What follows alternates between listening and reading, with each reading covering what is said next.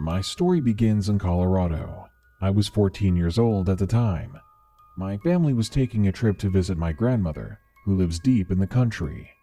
We were planning to stay over a few nights and enjoy the peace and quiet of the country. I've always been more of an indoorsy person, but I did love taking a nice hike through the woods from time to time. The highway drive was long and uneventful, but once we finally got there, I was super excited. After all, I had my own room in the beautiful cabin my grandmother lived in, with an amazing view of the lake and forest surrounding the property. I exchanged greetings with her, and after a few minutes of idle conversation, I headed to my room. I pulled out my laptop and began to get set up for a quality gaming session when I first heard the howling. It sounded like a wolf's cry, but slower, almost distorted, like if you recorded the howl and played it back at half the speed and lowered the pitch. That's how it sounded. It was very creepy, but having little to no experience living in the country, I brushed it off, assuming it was some animal I wasn't accustomed to. Soon the sun began to set, and I was exhausted at the time, partly from the really long car ride. I began to get settled into bed, and despite the thick comforter, something didn't feel right. It's a feeling that's hard to describe, like something was misplaced or missing. I didn't know what it was, but again I brushed it off, telling myself it was just weird to sleep in an unfamiliar place, and soon I drifted off to sleep. I woke up around 10 in the morning, feeling really well rested, and I looked through my window. I could see that it had gotten foggy, as there were billowing clouds of mist drifting through the trees outside, and it was raining too, heavily. It was a bit difficult to see through the windows due to the excessive amount of water outside. I threw on some pajamas and went to grab some breakfast. When I walked into the kitchen, there was a note on the table. According to the note, my family left the house to grab some medication for my grandma, and that they'd be back in a couple of hours. So I settled with eating some frosted flakes. I was sitting on the comfortable couch directly under the living room window, watching the rain and fog roll in. Then again, I heard that eerie howl, the same howl from the night before. It was so slow and thick, so deliberate. As that happened, I noticed a figure creep forward through the fog. Of course, foggy weather in the country can be extremely thick. I couldn't see anything over 5 feet from the window, and I could barely make it out. But it looked like a dog or a wolf, almost anyway. The feeling that something was wrong, very, very wrong with this animal suddenly hit me. Slowly as the form of this thing came through the fog, I realized why I was feeling that way. The creature was standing on its back legs. Its back legs, I thought. I was shocked and confused. When I finally could think clearly, I looked at the creature in more detail. Its legs were twisted, bent in weird ways, almost like it was hit by a car. Of course, up here by the cabin, the closest road that's often used is a good mile away. As I looked on in horror, the creature spun around, and on its 2 hind legs, sprinted. In moments, it disappeared into the thick fog. As it turned around, though, I could see that it had no tail. Literally no tail, like it was ripped off or never there. The moment I snapped myself out of that trance, I instantly ran back to my room, shutting and locking the door. I hopped on my laptop, trying to Google and find out exactly what I saw. When my family finally got back, around 3, I waited until my parents were out of the room to tell my grandma. My parents would never believe me anyway. She was part Native American, but not that she was Navajo. She told me what she believed I saw was a skinwalker. Supposedly, it's a shape-shifting spirit or witch that takes the form of animals in order to harm people. However, it can never perfectly replicate the animal it takes the form of. When we left 3 days later, I was happy to get out of those foggy woods. After researching the legend of the skinwalker further, I honestly believe that that is what I saw. So to all of those listening, be careful when you go deep into the countryside of Colorado. If I met that creature outside of that cabin, I don't think I'd be here to share this story.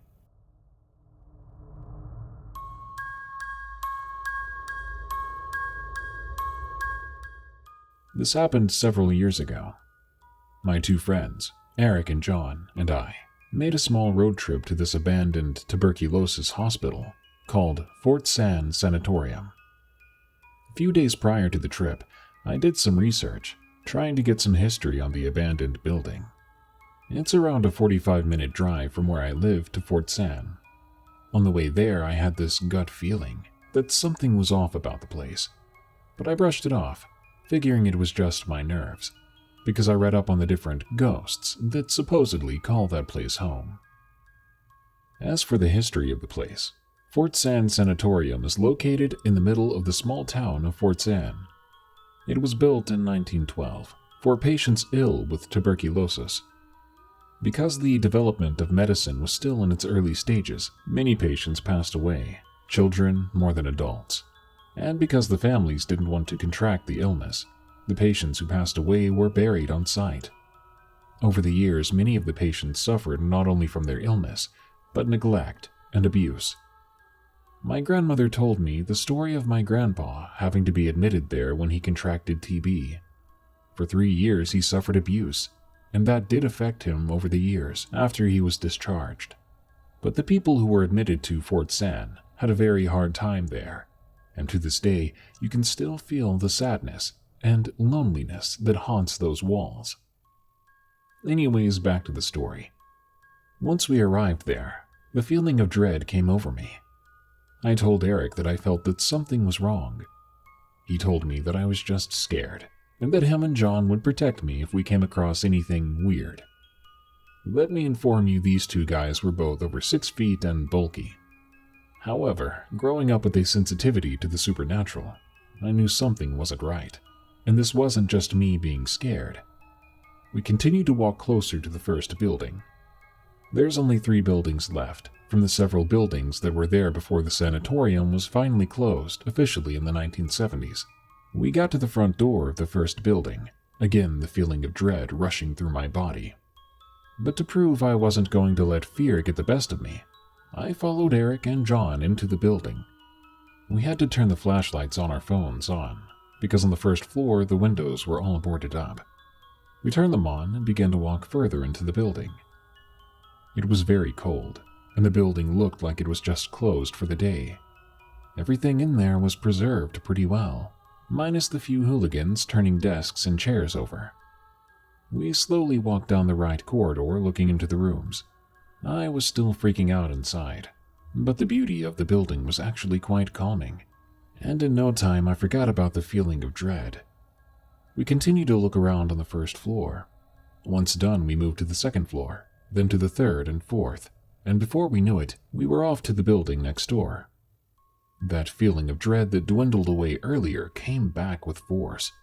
Something bad was going to happen, I just knew it.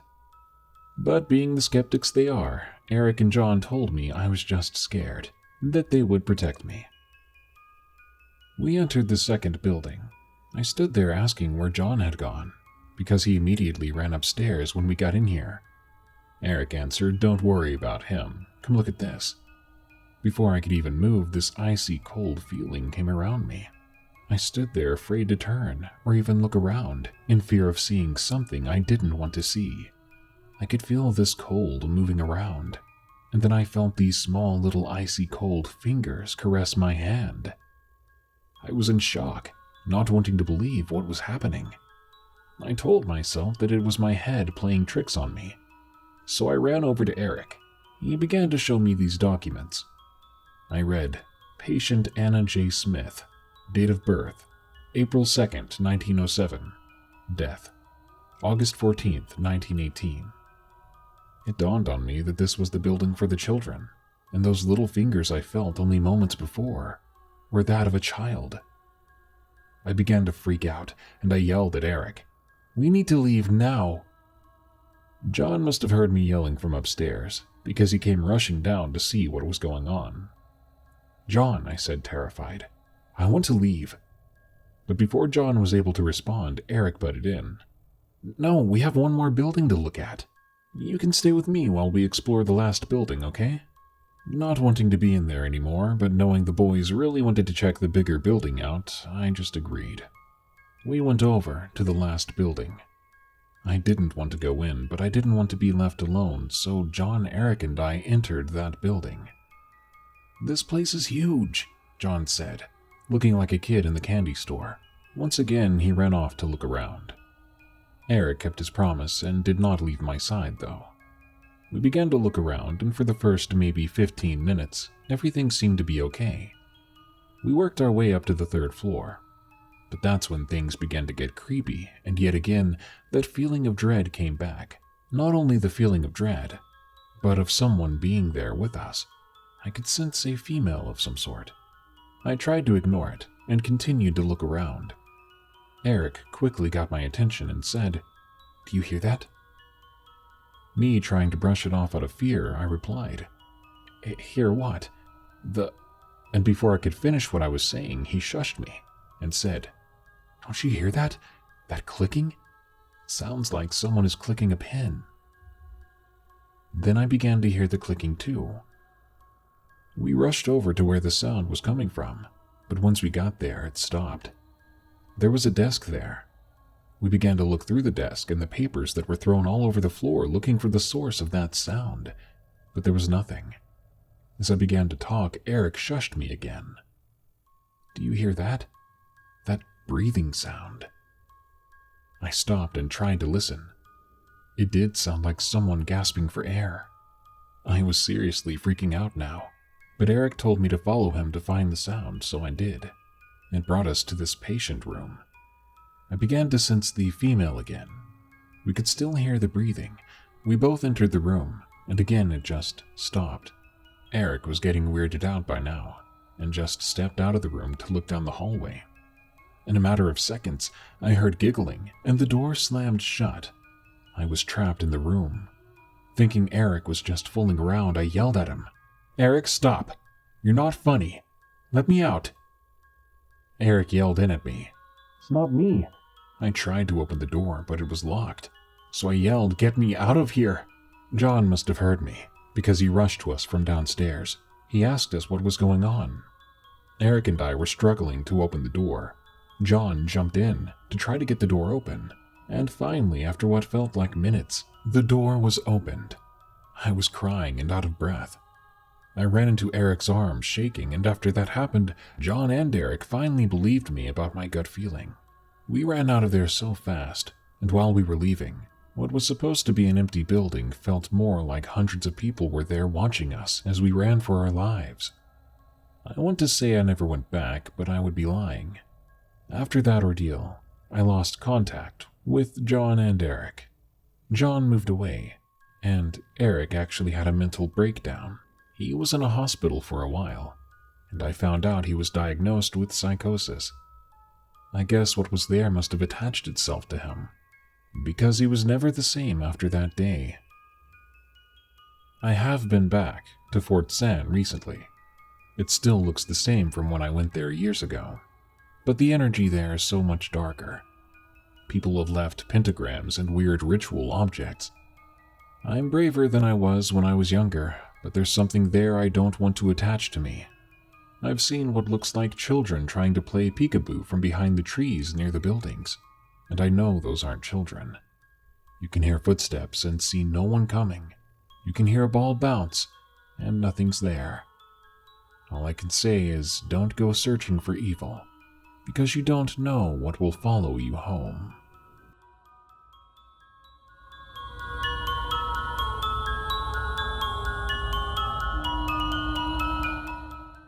I recently took up the hobby of traveling and looking for various minerals with my fiancée. On a trip we recently took, we ended up in the Sierra Nevada mountains. The particular spot we wanted to reach was at the end of an 8-mile hike. Some points of this path are so steep that it took us almost half an hour to make even 20 feet of progress. This background information is important, because on this particular trip, my parents decided to come along as a sort of bonding experience. And upon seeing how steep the trail was, they stayed behind at the car and decided to wait for us to get back. I thank God that they waited for us. Anyway, my fiancé and I are about halfway up the mountain in this desert environment, and it was beginning to get dark really fast. We're always careful to check the weather, temperatures, sunsets, legal zones, etc. So this struck us as odd, but we pushed forward.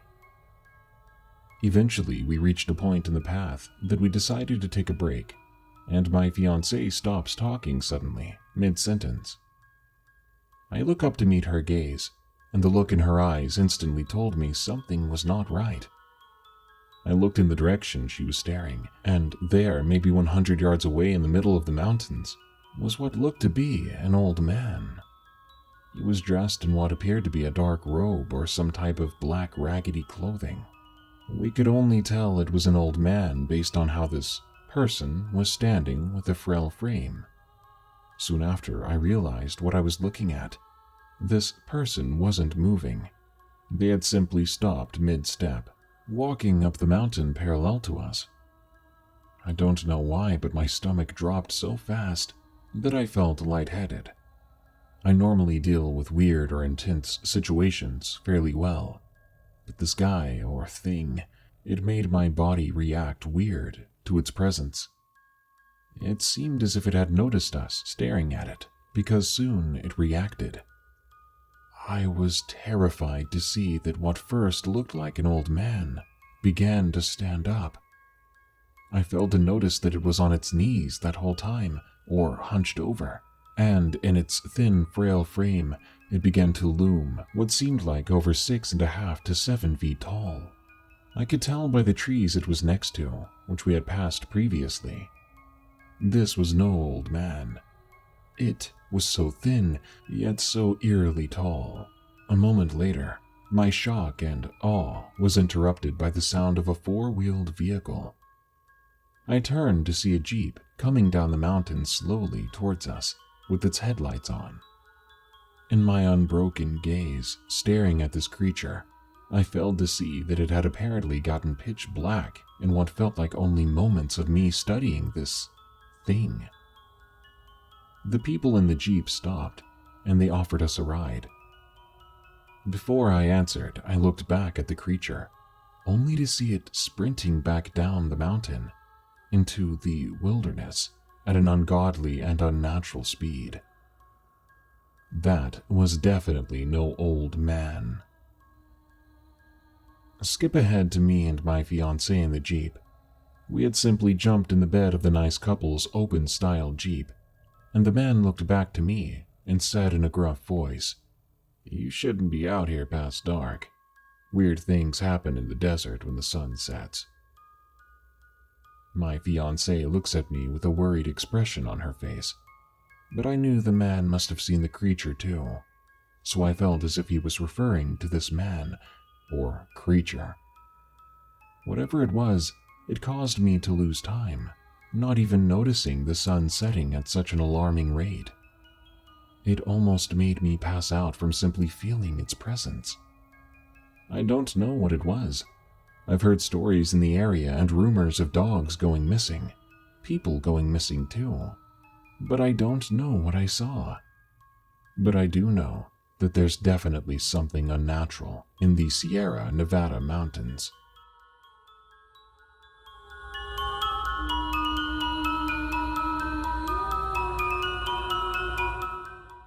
I'm a local to the Mariposa and Yosemite National Park area. I've lived here as far as I can remember, and in my time here, I've definitely experienced weird things. While I have several stories, I'll tell the one that sticks with me the most. To start, I'm Native American, from several tribes, including Navajo and Miwok. As far as I can remember, even as a little kid, something has always bothered me about the Mariposa and Yosemite area as a whole. This particular event took place towards where Yosemite and Stanislaus National Forest meets. It was deer season, and my family and I went hunting within the Stanislaus National Forest. We'd heard about an area that had decent-sized bucks. We decided to set up camp and to head out the next morning. The area we set up camp at had a clearing to our left and a hill in the distance, and a forest and brush to the right. This was the first time I'd ever hunted this specific area, but according to some family, the hill in the distance across the clearing was an old Native American burial ground.